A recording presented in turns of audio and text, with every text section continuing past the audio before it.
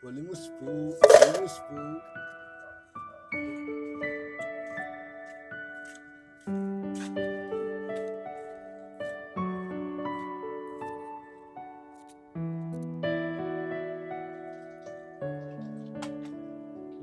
Kuya. Oh, Wallet mo, nalaglag. thank you Oh, bakit wala laman to? Wala talagang laman yan. Hindi, meron to kuya eh. Kinuha mo no? Hindi. Nakita ko nga, nalaglag, naglalakad Hindi ka eh. kuya, alam ko kasi may laman to eh. Hindi ko ginagalaw yan. Tinuro ko lang nga sa'yo yan dyan eh. Hindi kuya, tingnan ko baka ako nasa kapta O pa sige, kita. kapkapan mo ko. Sige. Oh, may nakuha ka ba? Kuya, pasensya na ano. Kasi alam ko to yun eh. May laman talaga to eh. Hindi ko naman nahawakan yan eh. Sige, kuya, Sinabi, pasensya na. tinuro ko nga lang sa'yo Thank you, na thank you. nalaglag yung wallet mo.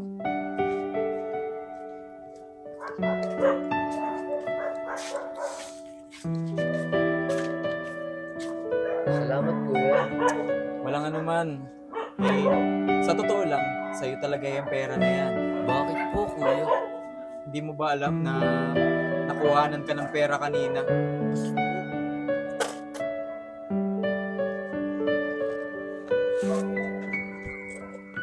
Binigyan na kita ha.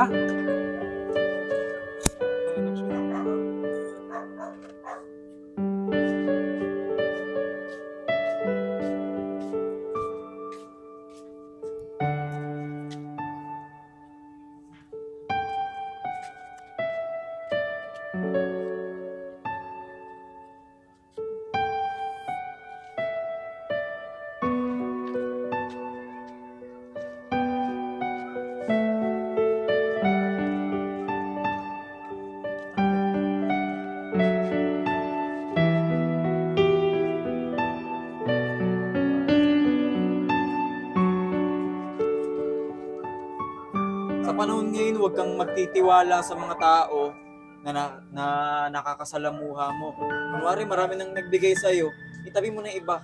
Yung bare-barya na lang itira mo sa lata mo. Kasi, imbis na magkaroon ka, imbis na mapakinabangan mo yung tulong ng mga ibang tao, ng mga tumulong sa'yo, kukuhanan ka pa ng pera. Maraming masasamang loob ngayon. Kaya ikaw, Totoy, mag-ingat ka. Kaya, buti na lang nakita ko. Kung di ko nakita yun, hindi na mababalik sa'yo yung pera mo. Maraming salamat po talaga kuya. Walang anuman, walang problema. Buti nga at ako nakakita, kung ibang tao yun, wala na yung pera mo. Kaya mag-iingat ka palagi Ako yung aalis na at marami pa akong gagawin. Ingat ka. po kayo. Hindi natin alam ang pangangailangan ng bawat isa. Malay mo, yung ginawan mo ng masama, mas malala pa pala yung sitwasyon sa'yo.